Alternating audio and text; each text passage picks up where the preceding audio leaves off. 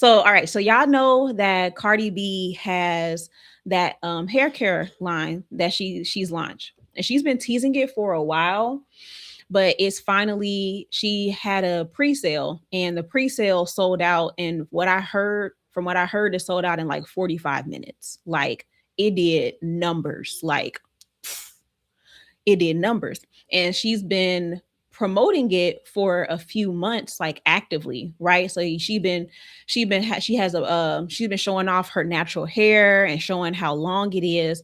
But I was watching this video of a friend of mine. Her name is King Ashley Ann, or the Feminine Millionaire. If you're following her on TikTok, and so she did this breakdown of why Cardi B's line is going to be successful, even though people feel like there are people who are saying that it's not going to be, which is the same thing they said about Beyonce and Sacred and Look at Sacred.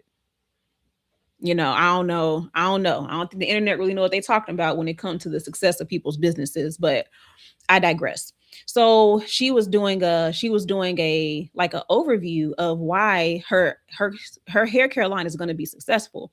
And so she said that for years Cardi has been sharing her hair journey and where she started, because her hair got really damaged at one point.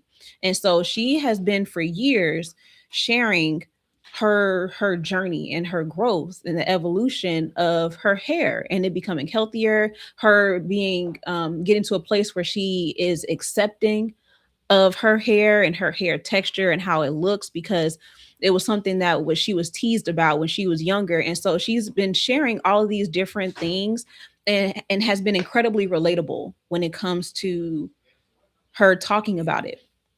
And when it comes to relatability, that is gold in marketing. That's gold in branding, because if people feel connected to it, they feel like they can relate to it, they see themselves in it. Like it's not even about you. If they can see themselves in what it is that you're doing, that's when you got them. That's when they're connected to it. That's when they're sold on it. And there are so many women who can relate and connect to Cardi's story. Well, how many of us can relate to hating our hair, hating our hair texture, or being teased because of how our hair is? How many of us can relate to not knowing how to take care of our hair, not knowing what products to use? When we went natural, there weren't natural hair care products for real. Like we didn't even really have good stuff to use on our hair. We didn't know. We was all basically learning together. So those are all experiences that as black women, or women with textured hair, can relate to. And so that's one point. So she is incredibly relatable. But also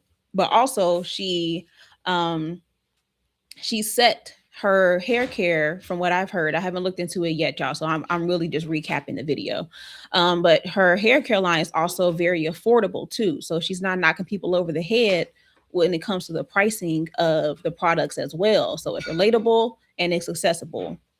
Beautiful combination, right? So that means she's also in tune with where we are, where the state of the world is, and wanting to not alienate her audience. And so I said all of that. I gave that example because I want you to focus on the part where I said that Cardi's been talking about her hair for years. She's been talking about it literally for years. She has been sharing this journey. She has been planting that little seed and watering it for years. And so it's got to the point where it just makes sense that she has a hair care line. Like it just makes sense. This is something that I when I think about it, I think about what you've talked about and what you shared. You having a hair care line makes sense because this is what you've been doing. You've been planting that seed. And when I want you to think about the connection that I made with the lateral thinker, and how practicing the expression, like just getting it out and expressing things more often instead of waiting, it also helps to establish you as somebody who talks about this, somebody that does this. It makes it so that when you put it out, you're not putting it out to a cold audience. You're not putting it out to people who are confused. You're putting it out to people who are like, oh, that makes sense. You've been talking about this. You've been doing this. And so when we hold on to things and we keep it so tight and under wraps, it makes it harder for us in the end to market it. Like imagine if Cardi never talked about her hair, never wore her natural hair, never shared her experience with it, and then the last like what month or two, now she's talking about hair all of a sudden, and then she come out with a hair care line. The results of this line would have been drastically different if she was going that route, because celebrity is not always enough to sell a product, and it definitely wouldn't be enough for it to have longevity. And so if there is anything that you can take from her journey and what that means for you, is that sharing those things, expressing it more often, sharing your stance on things, your opinion, your experiences, things that people can relate to, sharing your ideas before they're fully perfect, and allowing people to start to get acquainted with it. That is the stuff that makes it so that when you start talking about it, you're talking about it to people where it makes sense, and it makes it so much easier for you. So I want to keep saying the same thing over and over again, but I feel like that's pretty succinct. So let me know though. Are y'all following me on that? Are y'all picking up what I'm putting down with that? Because that was the connection that came to my mind when I was talking about it. And I was like, oh, that's the perfect example. It's a very timely example. I kind of wish that I thought about it before I went live. It would have been a really good topic. But we're here now. We're here now. And that's what matters. Yes. Okay. Let me see. So Andrea said, "Yeah, I hold back on a lot I've been doing for my brand." Yeah, and like everybody's like, there is a. I think there's a balance. There is a line that you can toe when it comes to what you share and how much will you share, like how much detail you put into it. And I would love to do another breakdown for y'all, and maybe I'll do another one. I'm not sure when, there, because there's actually a couple of people that I want to do like case studies on. It's not a case study, but that's the best way I can describe it right now. I want to do some breakdowns of how people are marketing things and how they are setting it up for success because of how they're choosing to share and how they're choosing to market. But one of the things that I feel has been so damaging, that people say all the time, is that quote, move in silence. Real G's move in silence like lasagna. Like, ugh. I That is probably one of my least favorite phrases ever now. At least when it comes to business. I think that is terrible advice. Just basura. Basura. Like, just it terrible, because you you are making it so much harder on yourself when it comes to getting people to pay attention to what you're doing.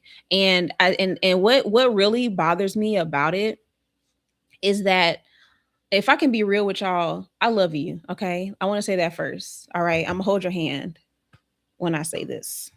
Okay? But most of us, I'm gonna include myself, most of us are not at a place where we can just pop out with stuff. Okay? Okay? We're not that established. We don't have that much visibility. We do not have platforms where enough people are aware of what we're doing, where we can just do a drop like Beyonce. We can't just drop no album on people at midnight. Like, we can't. That does not work for the majority of people. And so when we start to adopt this approach of, I'm gonna keep it under wraps until it's time to launch it, to release it. Okay, but just know you're going to be working really hard to get to a place where people start to pay attention to what you're doing. And it's not because you waited until you were done with it to launch it, it's because visibility takes time. Launching things takes time for people to pay attention to it. The repetition, the consistency, you have to keep showing up. And there's times where there can be long stretches of time where people aren't engaging with it yet. They're not responding to it yet. They're not interacting with it yet. And then all of a sudden things start to pick up. But too many people give up before the momentum kicks in because they get discouraged or they just get tired because you spent all that time working on the thing. Now it's ready. And now you got to do more work to market it. When that entire time that you were in this, you was in the lab, you could have been talking about it. You could have been sharing little tidbits, little snippets, sharing stories that are related to it, sharing things that would draw in the people who will need it. You could be doing all of that as you're building. And that makes it so that when you do put it out, people are already warm. They already hot and ready. They hot. It's not even warm no more. They hot and ready for it. They're like, oh, finally. Like, you've been talking about this for months. I'm ready for this. I'm excited for this. Like, how many people want to have that experience? How many people want to launch something to people who are like, yes, finally. You've been teasing this for so long and now it's here. Like, that's what you want. And so this whole like move in silence, that's cute. That's cute for you. As for me, no. No. I'm going to tell y'all as much as I can. Y'all going to know. I'm going to keep talking about it. And then when it's out, you're going to be like, oh, yeah, okay, yeah, I see. Y'all get what I'm saying? So like I promise you, I say that with so much love, but I want you to be honest about that part, you know, like, and not taking it personally because it's not a personal thing. It's just simply how it is. Like, if visibility takes time. And I'm gonna leave it at that. Visibility takes time.